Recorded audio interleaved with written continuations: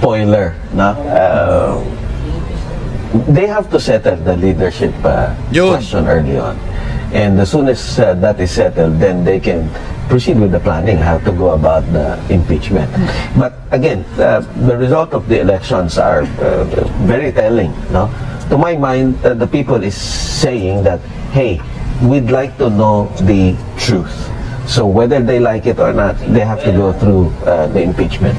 Mangyayari yan, yung impeachment court. Sure yan, constitutional process yan eh. Wala nang if-if dyan. The impeachment court will happen.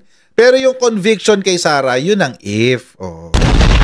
Meron daw mga kwento-kwento na pinag-uusapan na raw kung paano ikukudeta si Chis Escudero. Kasi mga kababayan, kung titignan natin tong listahan na to, kapag nagbotohan to, yung mga yan, natanggalin si Chis Escudero, meron ka ng 12. Matik.